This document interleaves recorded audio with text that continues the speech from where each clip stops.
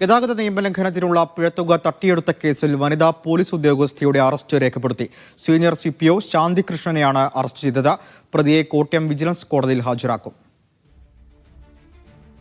Nitin saver ചേർന്നുണ്ട്. Nitin, പ്രതി ഇപ്പോൾ എവിടെയാണ്? എന്താണ് പോലീസിനെ കണ്ടെത്തൽ?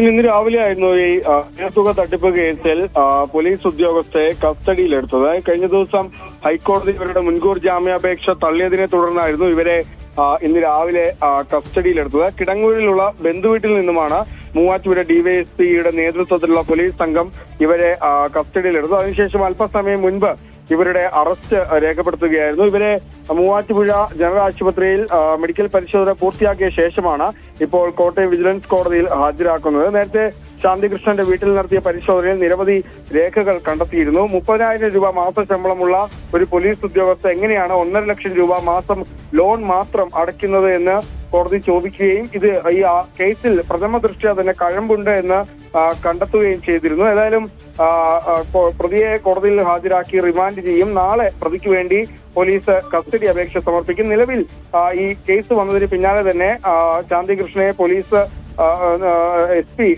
റൂറൽ SP സസ്പെൻഡ് ചെയ്തിരുന്നു. സച്ചിൻ.